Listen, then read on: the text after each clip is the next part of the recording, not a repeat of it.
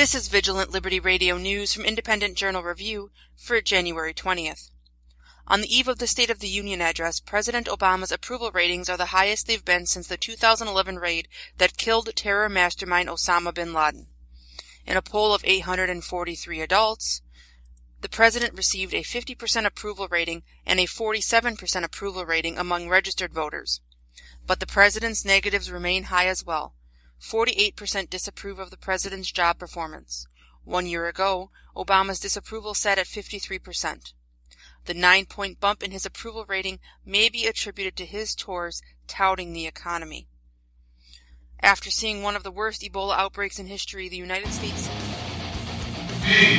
VLR.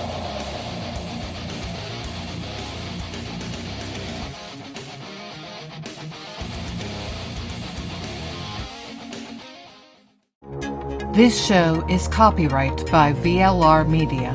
All opinions of panelists and guests are their own and may not reflect the opinion of VLR Media, the host, or anyone else.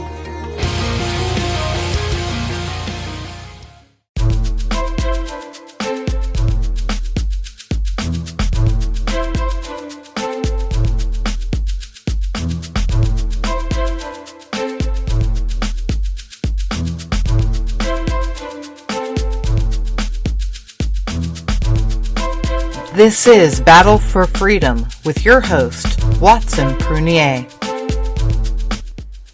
Hi, Watson Prunier here with Battle for Freedom, and I am glad that you are connected. There's a lot that we're going to want to talk about. If you want to follow me on Twitter, my account is St. Prunier. That's Saint Prunier, Prunier. There's also information you can follow from me at my website at battleforfreedom.com, and we'll talk more about that later. I know for me right now, I'm psyched for this weekend. I'm sure you're aware, American Sniper came out. If you haven't read the book, I'm recommending that you read the book. If you haven't even seen the movie, I recommend seeing the movie because it is just truly inspiring. Jess, did you get a chance to see the movie? I haven't yet. I'm hoping to this weekend. Oh, okay. I think you're going to really enjoy it. The theaters were full yesterday. I was like literally all the way down. I was like in the very first row in the far left seat. And I was like, okay, I think I'm going to get vertigo watching this movie, but I'm going to watch it anyway because I was really excited to be part of the show. I mean, not part of the show, but part of the experience of watching this movie. And I'll definitely be picking up the DVD. My wife and I will go back and see it when we get a chance. And it was one of the cool things I forgot to tell you before we came on. I had a great opportunity last night with my buddy Jason Wade Taylor. Last night we got a chance to interview Scott McEwen, the co-author of American Sniper last night. That is awesome. Oh my gosh. Oh yeah. You can listen to it if you want to. Go to QARlive.com and we have the recording out there. But he was really cool to just. This is one of his best friends. This is one of his best friends. He wrote the story with him, and I was like I can't really say too much because I don't want to ruin the opportunity for you to watch it. But all I can say is there's some drama. There was some definite good humor that I like that they put in there. You had a greater appreciation for what the soldiers go through. And I'll tell you, you know what? And you got to tell me if this is what happens to you when you walk out of the theater. But there was not one word said. I mean, oh wow, yeah. Everybody. I mean, Jess, it was like people walking out of a funeral. They just were that respectful for what was being said, and I was just blown away to see how. The people were just. It was just really encouraging to see how people just had a newfound respect. And did you see the numbers too? Oh, I saw. The numbers were. What number did you have on terms of how much they brought in? I know it was like I knew it was like number 1 or number 2 for the weekend. Yeah. On Sunday, over 90. I think it was over 90 million. By yesterday afternoon, it was $105 million. Yeah, they said it was like the number 1 thing since Cloverfield. Yes, as a debut. Yeah. So that's awesome. It beat out even the opening day for Avatar. if I'm correct. Avatar. Wow. I didn't see Yes, that. Well, yeah. I yes. mean, with those Opening kinds day. of numbers, yeah. Now, if it raises $700 billion like Avatar, that'll be pretty cool. Yeah, take James Cameron off the top, because first it was Avatar, and then there was like Harry Potter, and then, but I mean, before Titanic was like the highest grossing, which was James Cameron. Oh, yeah. Then Yeah. it Oh my was goodness. one of the Harry Potters, and then it was James Cameron again. So that'd be interesting to see it if it actually beats out that now.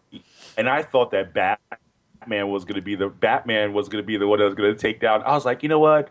Titanic was okay, but I was like, it does not deserve to be at the top. But I'm see, like, back in somebody for crying out. 1997, I honestly back in 1997, I totally see because it was really like the Gone with the Wind of that time, in my Yeah. opinion. Yeah. Yeah, it was just annoying. I was like, okay, these teeny boppers is just Leonardo DiCaprio. Keep your pants on, I you was know. 12 at the time, so maybe that. Oh.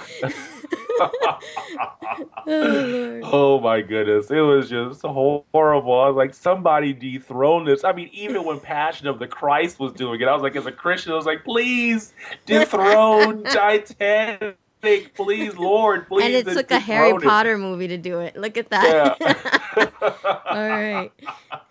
Yeah, I was like, oh my goodness. But no, I mean, no, I think I think you'll really enjoy it. It was done really well. It sounds Uh, amazing. Yeah. At first, because I thought at first when I heard about it, I didn't realize that who was involved with it, like Clint Eastwood and stuff.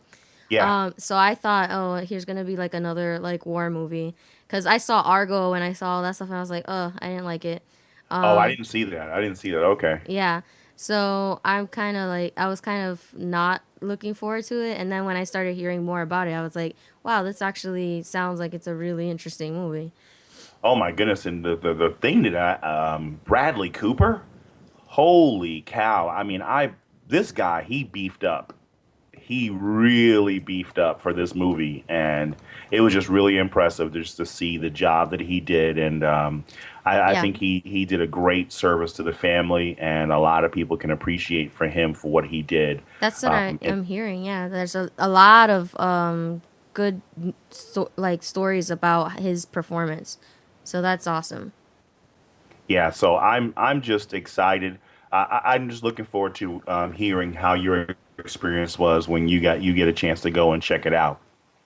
It I was definitely interesting. will. We'll talk about it next Tuesday, I'm sure. Okay, yeah, definitely. Well, I'll definitely love doing that. It was interesting. And then the unfortunate thing that happens is you get Seth Rogen and Michael Moore to get out there and say stupid things, and you kind of got to hate. It's like, okay, yeah, he died to give you the freedom to say the stupid things Well, that you guys are saying right now.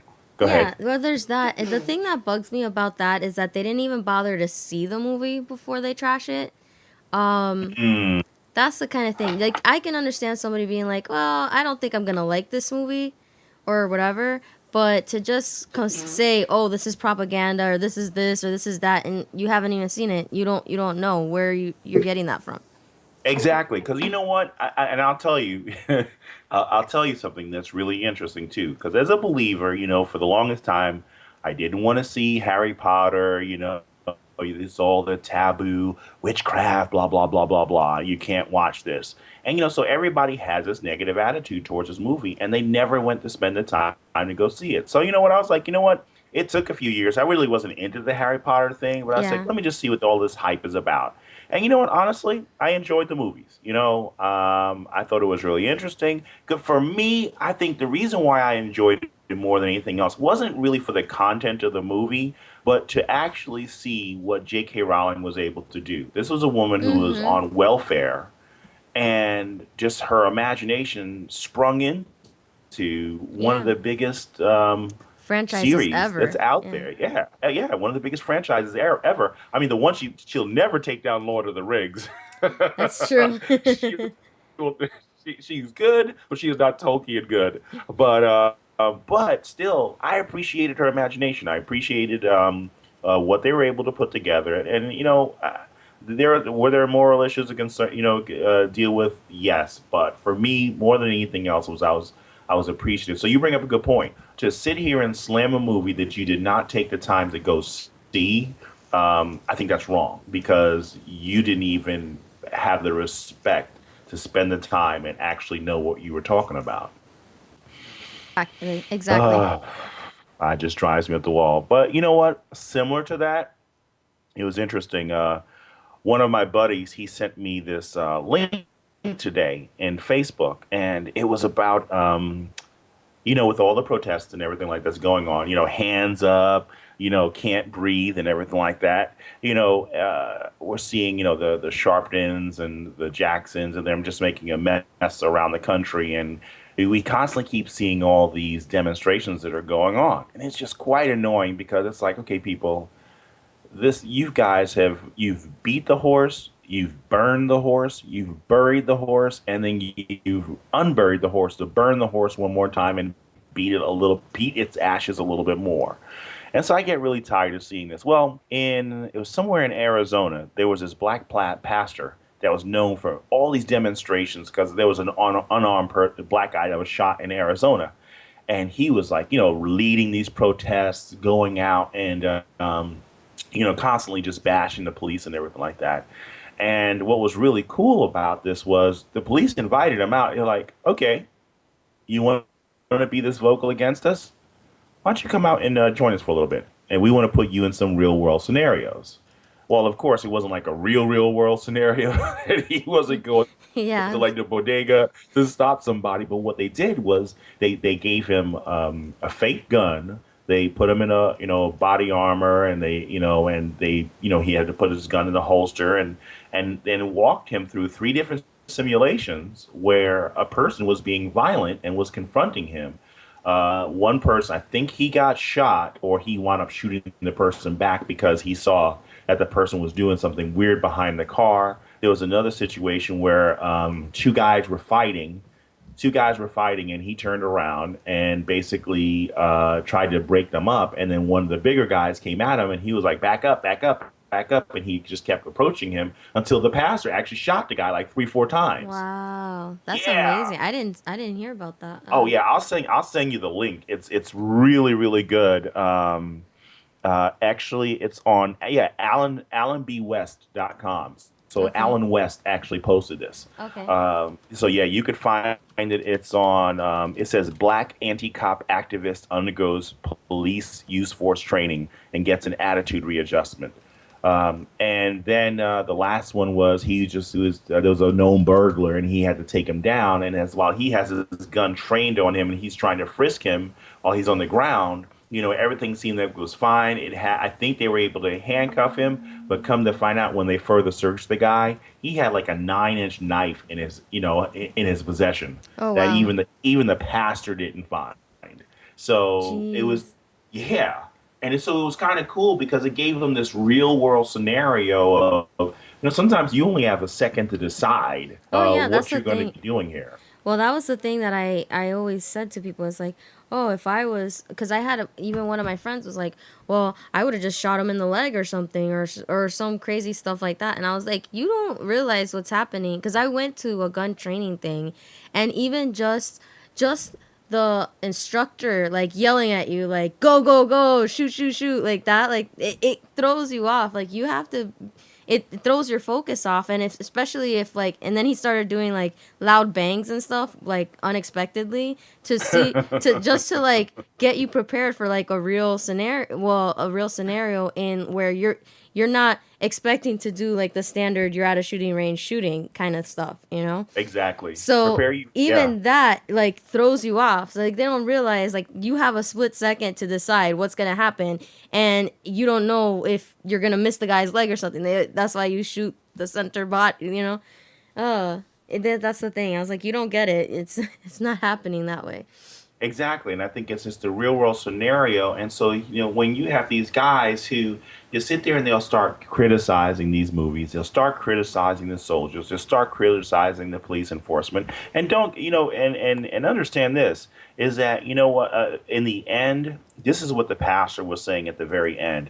He was basically saying that he has a greater respect for being compliant to the police officers. And Hmm. so it's like, well, thank you, thank you.